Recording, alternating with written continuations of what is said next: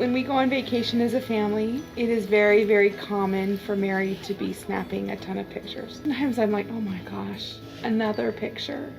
But you're always glad I'm always glad to have it. them because I don't have any. I get home and I'm like, I don't have a picture of that. I love pictures. I love having the pictures to document. You know, I love the memories. I'm so hungry, I can eat that bridge.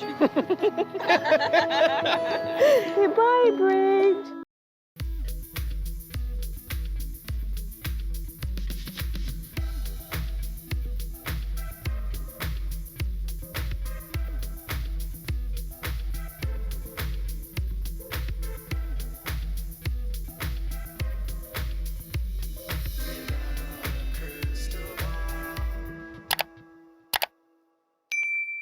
Everyone, it's Kody from Without a Crystal Ball. Welcome back to my channel. It's Tuesday, April 11th, 2023, and I hope you're having a wonderful day.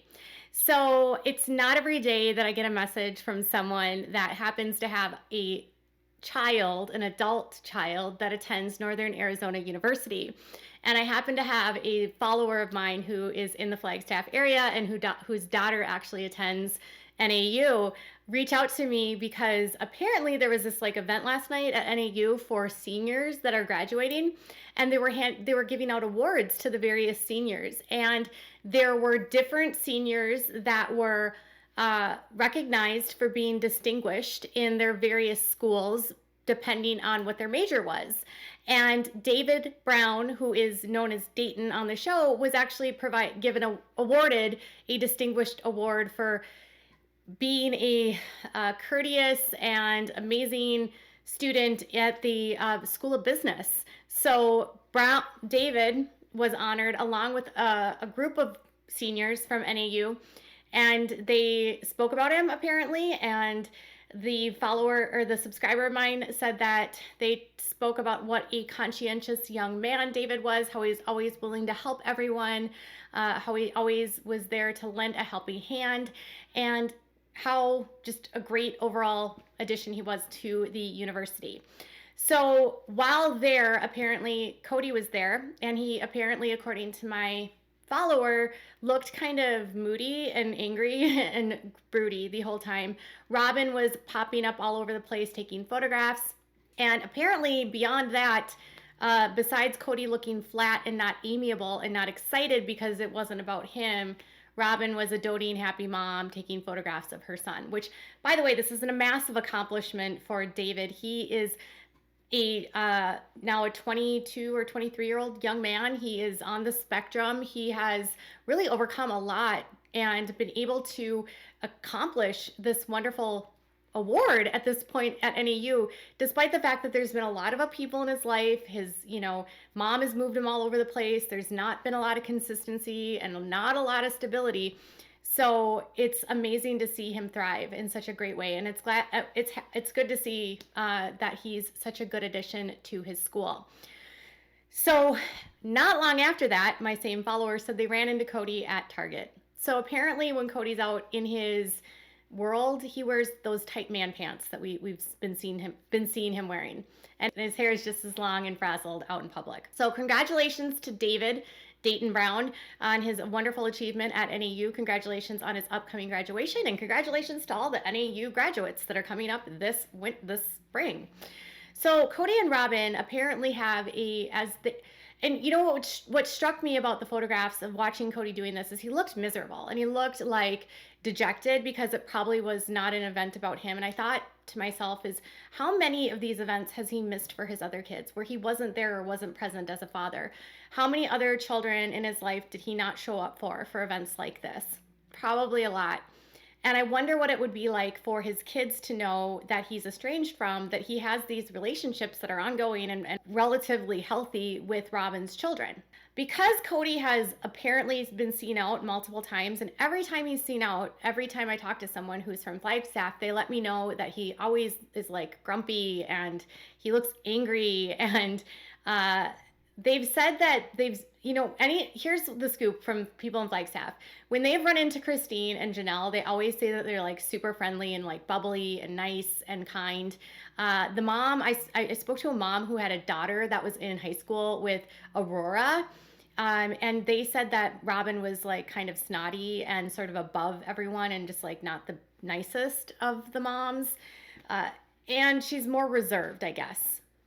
I mean, I guess I'm more of a reserved person, so I kind of like, when you're around strangers, you might not always put your best foot forward. And when someone's already like got a public platform, maybe they're nervous around people they don't know. I'm not sure. But Robyn's demeanor in public is not well received either. But anyways, with Kody going around with his man pants and being with his man perm. By the way, if you're a member of this channel, make sure that you use the perm emoji. It's like literally my favorite. One of my moderators, Jessie Bear, designed it, and it's literally my favorite. So if you're a member of the channel, why don't you put like a little Kody's perm emoji in the comments? I would love to see those. Anyways, and if you want to join the channel, make sure to click the membership. You can click join and get all kinds of exclusive emojis for your chatting. So whenever Kody's out in public, he doesn't look super happy. And Robyn is more of a reserved person. Kristyn obviously doesn't live there anymore. Janelle still lives there, and so does Meri. A lot of people don't know why Meri still hangs around in Flagstaff, because she and Kody have split up and she's in a rental, so there's really no reason for her to stay in Arizona. She's not with Kody. She doesn't really have a lot of friends in Arizona. Most of her friends live out of state. She's got her business in Parowan, Utah. Why wouldn't she just move back to Utah to run her business instead of having her friend Jen run the business? I can't answer that question, other than maybe she is holding out hope that there could be a possible reconciliation between her and Kody. Janelle also is still living in Flagstaff. She has a daughter that is in high school still. I think Savannah will graduate here this coming spring, so like in a couple months, and that's her last child in school. But apparently Kody has other plans. So Kody's miserable because, you know, he's a monogamous now, and Robyn did not sign up for it, right? She's already said a million times she chose this to be a plural wife, not to be a mother of, not to be in a monogamous relationship. I would have never chose this. Like I said, if I had the power that everybody thinks I had, this wouldn't be happening. Well, so Robyn likes to remind people on the show that she had other suitors that she turned down that she would have gone with, but she chose to be a polygamist or a plural wife. Well, now Kody is desperate because not only is the money dwindling and all of these things going on, Robyn's entire business is built around sister wives. And so if she wants to relaunch this jewelry line that she has, she needs more wives. And she can't run this business as sister wives if she's only a monogamous wife, right? The whole business line and the whole business and the jewelry and the whole like idea of the business doesn't make sense. The concept is dead. So if she wants to revitalize this business, which is the plan, like allegedly because she's broke, she needs more sister wives. Well, apparently Kody has a master plan now, and that master plan includes getting back together with the other two wives, getting back together with two of the wives to rebuild his broken family. This is the man who I said would come groveling back to Janelle. I predicted this a couple months ago because when she left him the first time, he went back to Wyoming and convinced her to come back to him, and then she used her credit to buy their house in Lehi, Utah. Kody always goes groveling back to the wives when he's broke. That's my opinion. But now that the show is, you know, on the verge of being canceled, I would assume after this next season, because how do you continue a show of sister wives?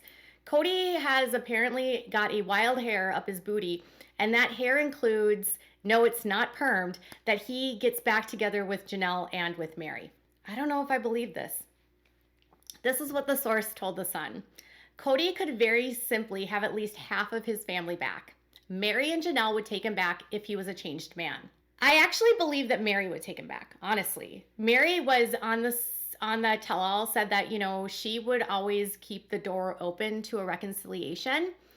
And Janelle was more like, I'm not going to divorce him because my religion says that we have to stay together, and it's a duty to stay together as a part of our religion. So we don't divorce, but we're separated.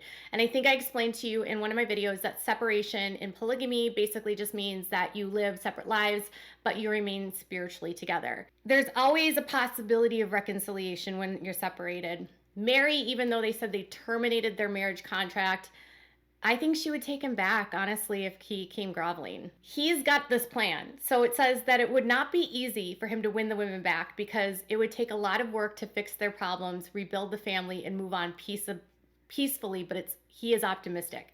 So he wants to rekindle his romances with Meri and Janelle, a woman, Meri, that he left in limbo for like 10 years.